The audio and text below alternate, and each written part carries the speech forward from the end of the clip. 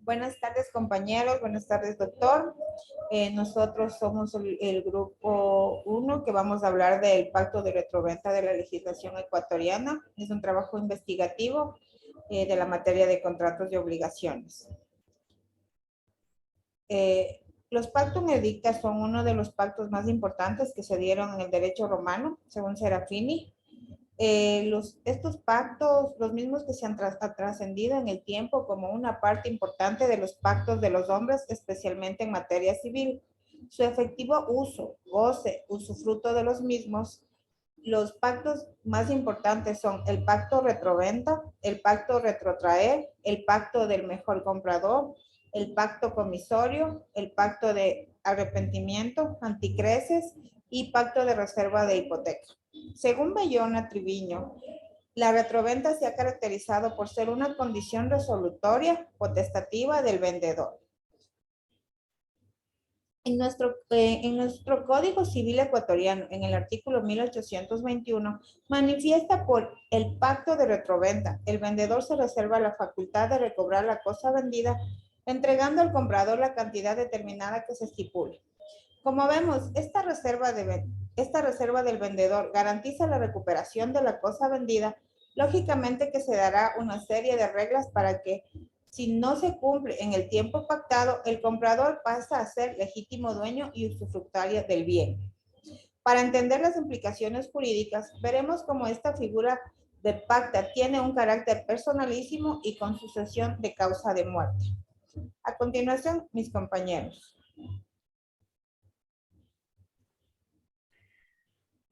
Bien, un saludo cordial para todos los compañeros y compañeras que en este momento estamos compartiendo respecto a la materia de contratos y obligaciones.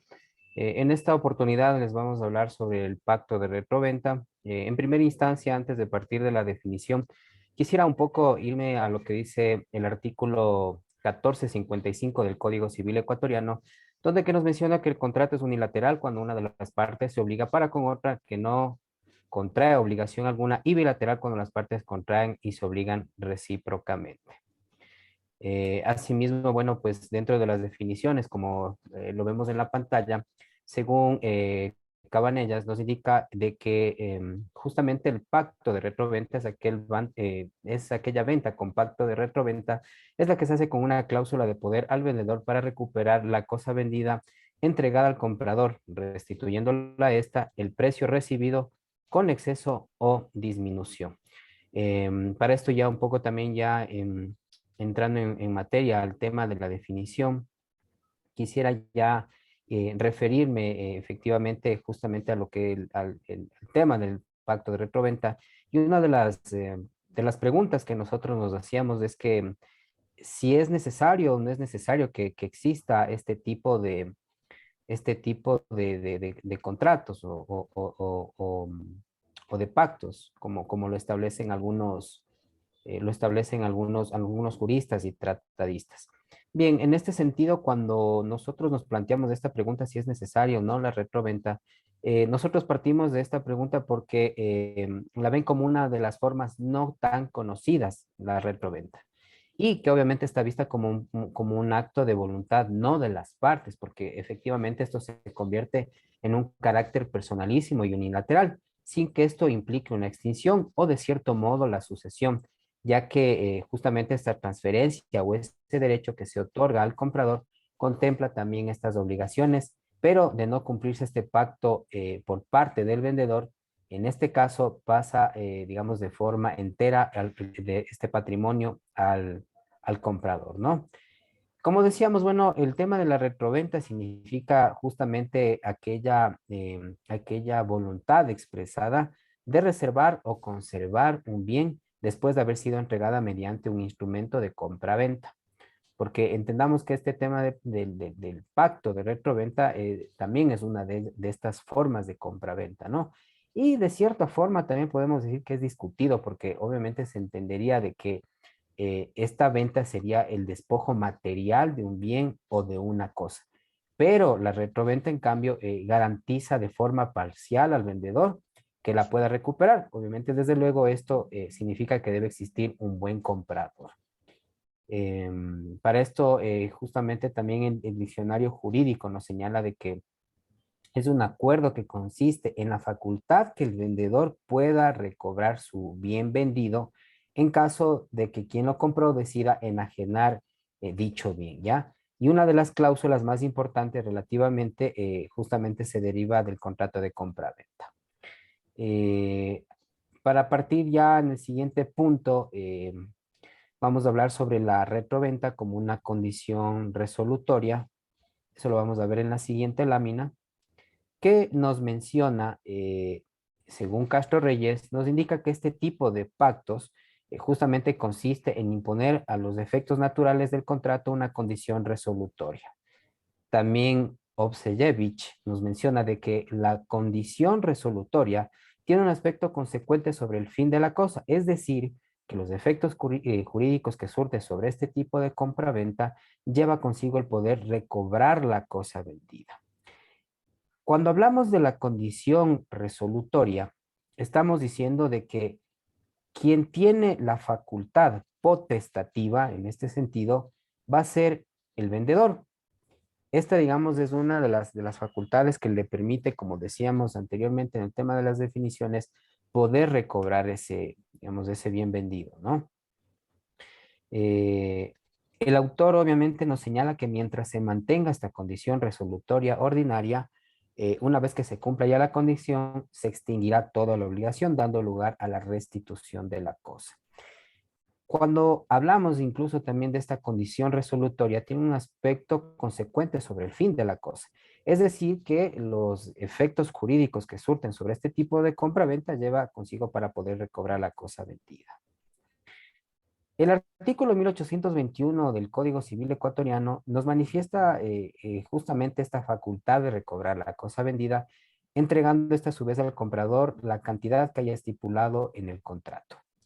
Incluso el mismo código, en su artículo 1823, señala que en los casos anteriores se tiene derecho a las indemnizaciones por los hechos de culpa del comprador. Entonces, como estamos viendo, también existe esta condición de que en este caso el vendedor pueda, una vez de que se restituya o que se pueda recobrar sus bienes, si es que existe un tema doloso, si es que existe algún daño, que más adelante Magali nos explicará en sus siguientes láminas, nos habla de que incluso hasta el vendedor puede también de cierta forma recobrar o pueda recuperar ciertos daños que haya sufrido en su patrimonio, ¿no?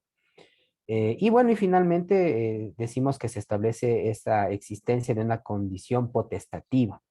Cuando hablamos de esta condición potestativa, estamos diciendo de que se retrotrae y obviamente permite recuperar lo vendido porque este depende única y exclusivamente de la voluntad del vendedor. En la siguiente lámina les voy a hablar acerca de cómo, cómo se convierte esta retroventa en un nuevo contrato. ¿Por qué se convierte en un nuevo contrato? Obseyevich nos menciona de que el pacto de retroventa conduce a un nuevo contrato de venta. Es decir, que justamente se convierte en un nuevo acto o en un nuevo contrato. ¿Por qué se convierte en un nuevo acto? Porque se da un tema, hablemoslo como para que se entienda mejor, es un tipo de contrato que se convierte en una condición de reversa, es decir, que las condiciones cambian en este sentido. El vendedor ya no, el vendedor en este caso pasa a ser el comprador. ¿Por qué? Porque está recuperando ese bien. Entonces, estamos hablando de que se convierte en un nuevo contrato de compra-venta. En este sentido, el autor nos indica de que podría tratarse de una promesa de compra-venta, el cual el comprador, en este caso, no estaría obligado, perdón, con el vendedor a devolver los aumentos naturales de las cosas. Esta es una de las condiciones que, digamos, es un poco cuestionada también, ¿no? Porque finalmente vemos de que la facultad potestativa que la estábamos viendo anteriormente la tiene el vendedor o el propietario del bien inmueble, ¿no? Y que como vemos, pues la intención de esto es generar que la compra-venta sea de forma inversa, es decir, que la segunda venta no va a requerir de este nuevo acuerdo entre las partes porque ya se encuentra supeditado al acuerdo original. Es decir, de que va a prevalecer o estará acorde a las primeras condiciones en el primer contrato que se firmó. Ya para hablarles y entrando ya en el tema de los efectos de la retroventa, en la siguiente lámina les voy a hablar sobre los efectos de la retroventa. Y los efectos de la retroventa nos habla de 5 puntos importantes sobre la retroactividad, la potestad resolutiva, sobre aquella en la cual no podrá cederse, como nos menciona el Código Civil ecuatoriano, sobre el derecho de dominio temporal y el acuerdo con las condiciones establecidas en la compraventa. Cuando hablamos de estos efectos de retroventa, sabemos que los efectos de retroventa justamente es de esta retroactividad en el ejercicio del derecho por parte del vendedor que produjo esta primera resolución. Esto ya nos dijo Ovseyevich, cuando asimismo de manera sencilla nos habla de que se puede también destacar que el vendedor recupere el dominio y posesión del bien vendido. Obviamente sin tener que pagar estas mejoras que se hubieran accedido, así como también estas indemnizaciones de los deterioros de forma culposa, como lo decíamos anteriormente, hechas por el comprador. Otro de los efectos, como lo mencionábamos aquí en la lámina, es esta potestad resolutiva. Cuando hablamos de la potestad resolutiva, estamos hablando de esta condición de favorecer al vendedor. Cabe señalar que esta potestad resolutiva no tiene una vigencia eterna, es decir, de que existen ciertas temporalidades. Y ya el Código Civil ecuatoriano en su artículo 1825 ya nos señala que la retroventa no podrá pasar de 4 años, contados desde la fecha del contrato. Otro de los efectos que también les había mencionado es aquel en el cual nos indica que no podrá cederse. El artículo 1824 del Código Civil ya nos habla. ¿Por qué? Porque es un derecho que nace del pacto y que además el único derecho a exigir que tiene efecto el comprador es el que se entregue la cantidad pactada y dependiendo de las estipulaciones del contrato, obviamente estos valores invertidos en la conserva del bien. Cuando hablamos de ya esta forma inversa de esta retroventa o de esta forma que se retrotrae, se determina que es un derecho de dominio temporal, pero no con los mismos efectos de la primera compraventa. Es decir, que no se podrá dar una segunda retroventa entre las mismas partes. Los autores ya nos mencionan que para que surtan eficacia, entre otros, nos estipula que se prohíbe en absoluto al comprador que pueda enajenar o hipotecar el bien. Y finalmente, bueno, estaríamos diciendo que se consideraría uno de los principales efectos es en que las partes estén de acuerdo con las condiciones establecidas en la compraventa y con esto bastará la mera declaración. Así ya nos dice Ovseyevich en uno de sus artículos publicados respecto al tema de la retroventa, que como vemos, pues a nuestro modo de ver, de cierta forma son cláusulas o condiciones que permiten tener esta cierta facultad potestativa que tiene en este caso el vendedor o el propietario del bien, ¿no? A continuación, seguimos con la siguiente lámina en la cual nuestra compañera Magali nos hablará acerca de la simulación del pacto de retroventa. Buen día, compañeros, doctor. A continuación les voy a hablar sobre la simulación de la retroventa. La simulación proviene del latín simulandi y aptio, que significa fingir, hacer parecer una cosa distinta de la realidad. Para ello, Cabanelas nos dice que la simulación consiste en encubrir el carácter jurídico de un acto con la apariencia de otro, o en contener cláusulas que no son sinceras, o en constituir o transmitir derechos mediante personas interpuestas a favor de distintas a las indicadas. Si bien es cierto, la simulación puede provenir de una simulación vulgar, la simulación del negocio jurídico, según Borda, persigue una celebración de un negocio en apariencias, porque se da a través de la manifestación de una voluntad contraria a la deseada, con el fin de engañar a terceros. La simulación se ha utilizado para ocultar ciertas actividades fraudulentas como elevación de impuestos, por ejemplo. Incluso se ha detectado delitos de usura debido a la existencia de un mutuo con elevados intereses que van más allá de las tasas permitidas por el Banco Central. Incluso se puede haber dado de manera ilegal en la que se pudo incluir capital más intereses, pero quizás esos intereses no son los reales. Verdugo y Builes señalan que para evitar estas simulaciones se deben apreciar la intencionalidad expresada en el contrato y ver cuál fue el verdadero objetivo del contrato. Es decir, aquí la negociación es toda fingida, de manera que una vez corrido el velo que cubre el contrato simulado, no queda absolutamente nada. La finalidad económica de la retroventa gira en torno a la posibilidad de que el vendedor adquiera liquidez suficiente con la esperanza de recuperar la cosa. De ahí que existan grandes posibilidades para simular el pacto de retroventa con un préstamo garantizado. A continuación, les voy a hablar sobre la regulación del pacto de retroventa en el Código Civil.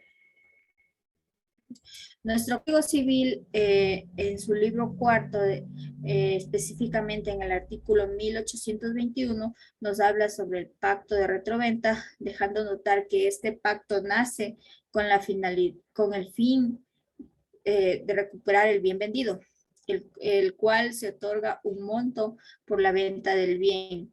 Y una vez que se cumple el plazo, este plazo es de 4 años como máximo, se entregará el bien y se reembolsará lo pactado al comprador. Otra de las cosas que regulan este pacto son aquellas restituciones que se generan por daños para parte del comprador al vendedor, pero también el vendedor no podrá pedir cosa alguna en razón de los deterioros que haya sufrido la cosa, excepto cuando el comprador se hubiese aprovechado de ellos. Ahora bien, en relación a los inmuebles, en el artículo 1507 establece que para la condición del derecho de retracto se cumpla, es necesario que el pacto conste en una escritura pública de compra-venta inicial y que se inscriba en el registro de la propiedad, precisamente para evitar cierta forma de simulación, misma que contendrá la voluntad de las partes y el objeto real del contrato.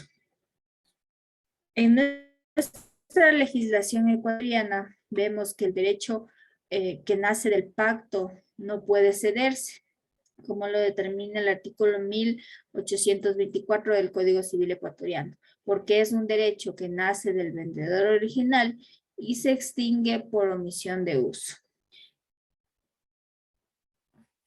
A continuación, les voy a hablar sobre las diferencias del pacto de retroventa con relación a otras modalidades de compra-venta.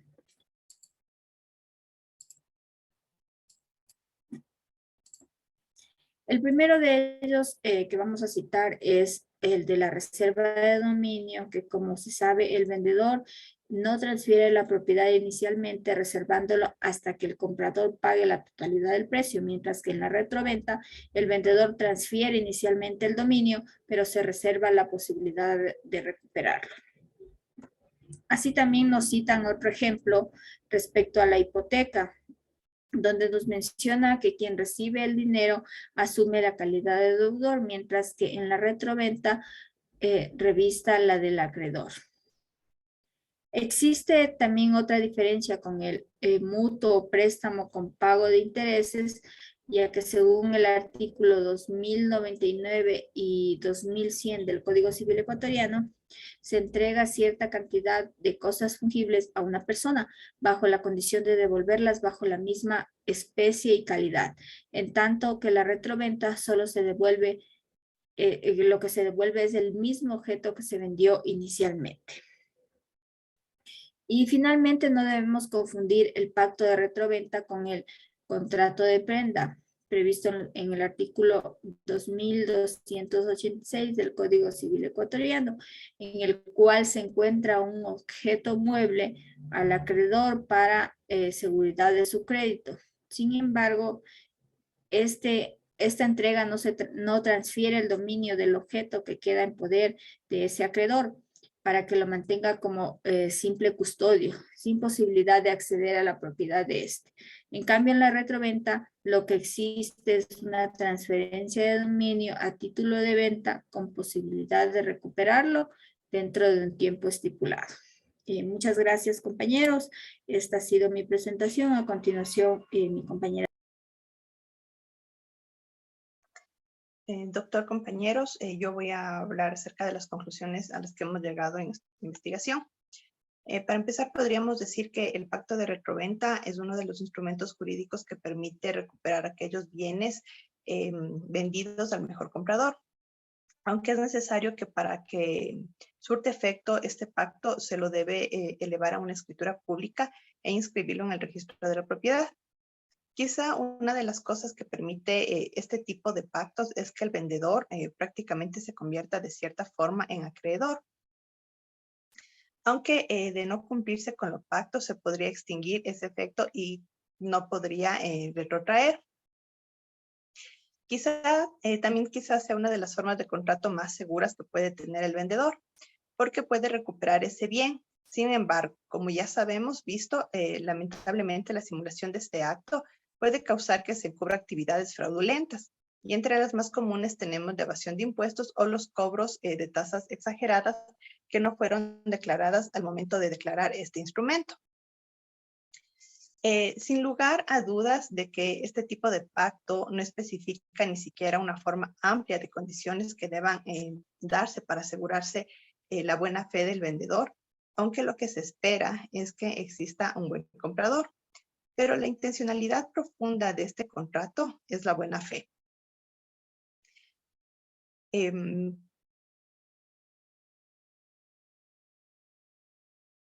La retroventa, entonces entenderíamos que viene a ser ese instrumento jurídico que permite al titular o vendedor del bien recuperar la cosa.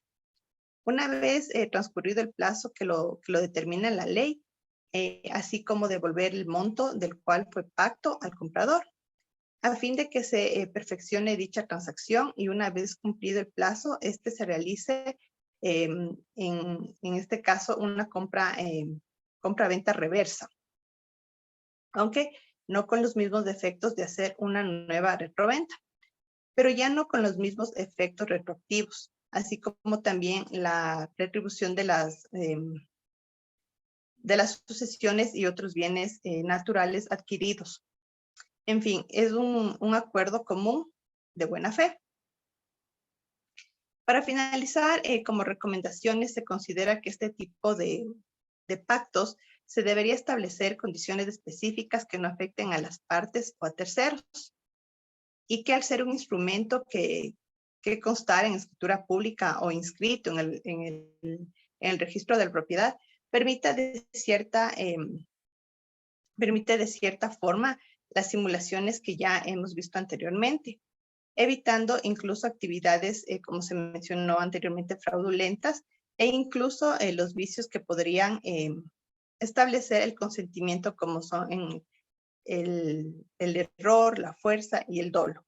Todo esto según el artículo 1467 del Código Civil.